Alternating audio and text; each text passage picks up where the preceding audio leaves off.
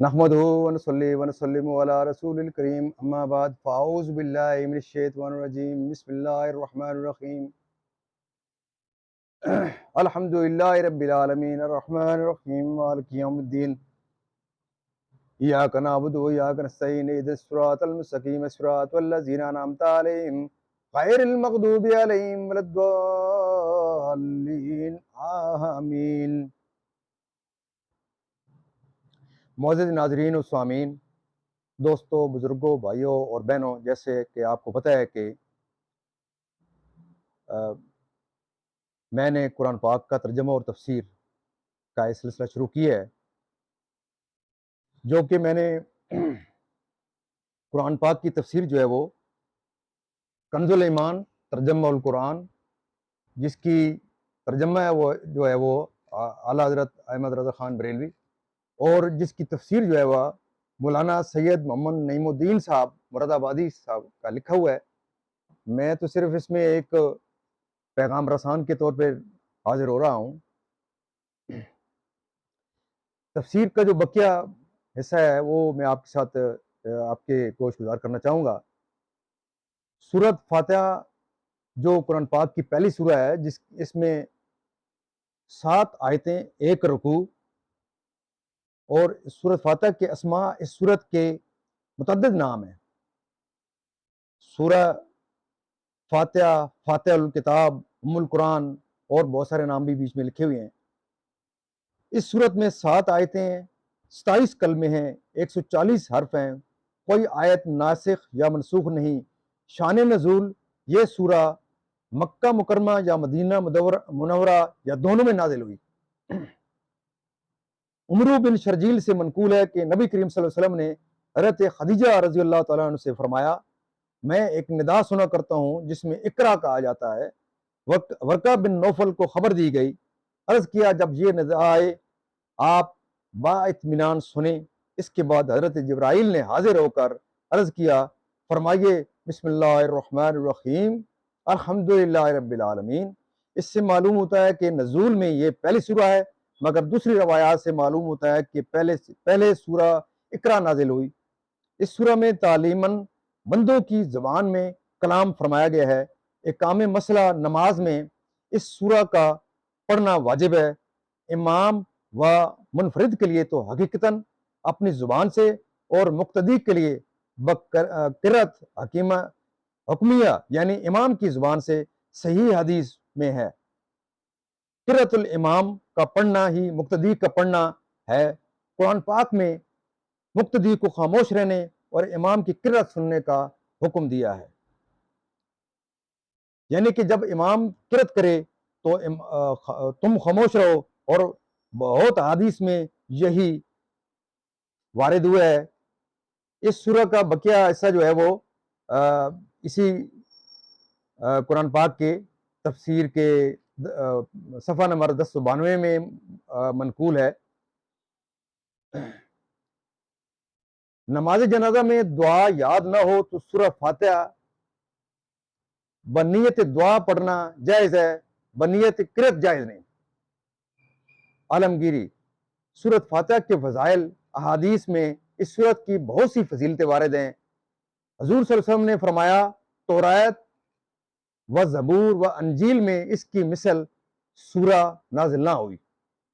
ترمذی شریف میں روایت ہے کہ ایک فرشتے نے آسمان سے نازل ہو کر حضور پاک صلی اللہ علیہ وسلم پر سلام عرض کیا اور 2 ایسے نوروں کی بشارت دی جو حضور صلی اللہ علیہ وسلم سے پہلے کسی نبی کو عطا نہ ہوئی۔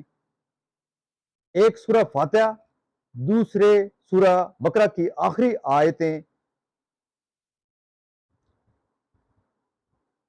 مسلم شریف میں سورۃ فاتحہ ہر مرض کے لیے شفا ہے۔ سورہ فاتحہ 100 مرتبہ پڑھ کر جو دعا مانگے اللہ تعالیٰ قبول فرماتا ہے۔ مسئلہ، تلاوت سے پہلے اعوذ باللہ من الشیطان الرجیم پڑھنا سنت ہے۔ اس کے آگے ایک جگہ آتا ہے کہ بسم اللہ الرحمن الرحیم قرآن پاک کی آیت ہے، مگر سورہ فاتحہ یا کسی سورت کا جزو نہیں، اس لیے نماز میں جہر کے ساتھ نہ پڑھی جائے۔ بخاری و مسلم میں مروی ہے کہ حضور اقدس صلی اللہ علیہ وسلم اور حضرت صدیق و فاروق رضی اللہ تعالیٰ عنہما نماز الحمدللہ رب العالمین سے شروع فرماتے تھے۔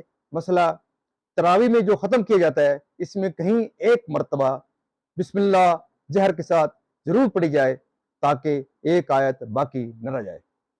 اس طرح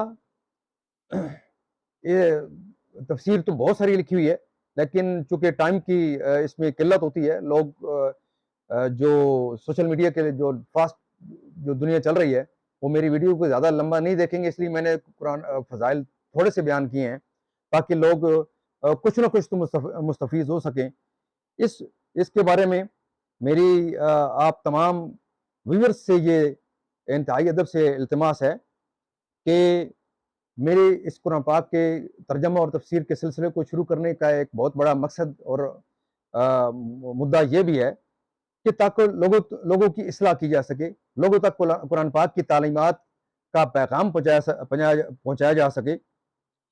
میں تو یہ کہتا ہوں کہ آج سے تمام دیکھنے والے معزز ناظرین سے درخواست ہے کہ آپ آج سے یہ تہیہ کر لیں کہ چونکہ آپ کو اللہ تعالیٰ نے ایک مسلمان کے گھر پیدا کیا ہے اور آپ اپنا محاسبہ کریں اور اپنی اصلاح کرنا شروع کر دیں کہ میں جب صبح بیدار ہوا ہوں، صبح جاگا ہوں، تو میں نے کس طرح اپنی صبح کا آغاز کیا ہے۔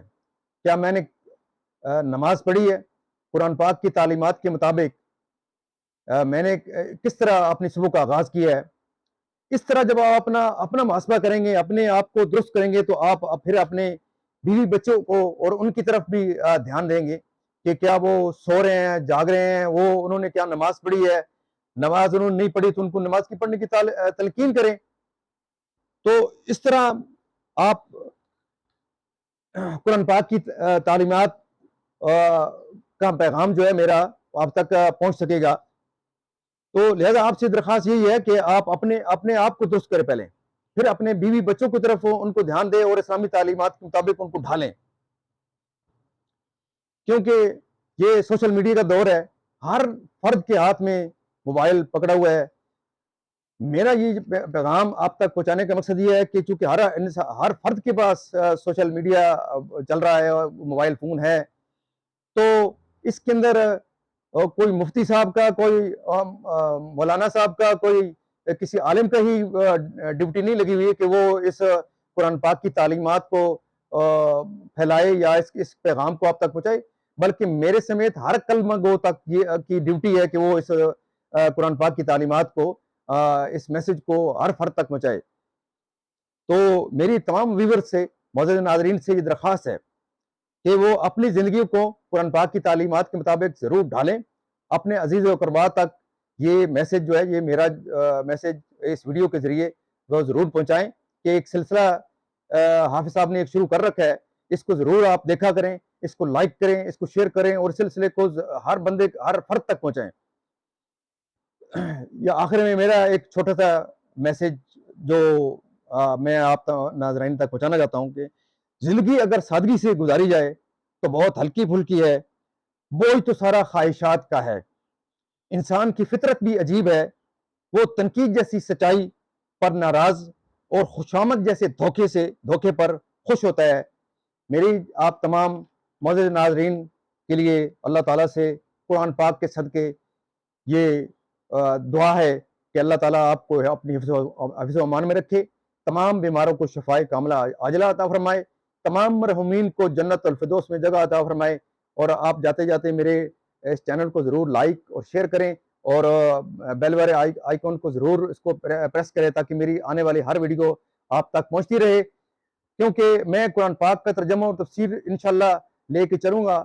ابھی تو یہ آغاز ہے اور انشاءاللہ ایک اچھا تبلیغ کا سلسلہ چلے گا، اصلاح کا سلسلہ چلے گا، تاکہ معاشرے کے اندر اصلاح کی بہت زیادہ گنجائش ہے۔ تو اس سلسلے میں آپ کی نیک مشوروں کا میں ضرور انتظار کروں گا۔ میری آپ سے دعا کی استدعا ہے۔ اللہ حافظ۔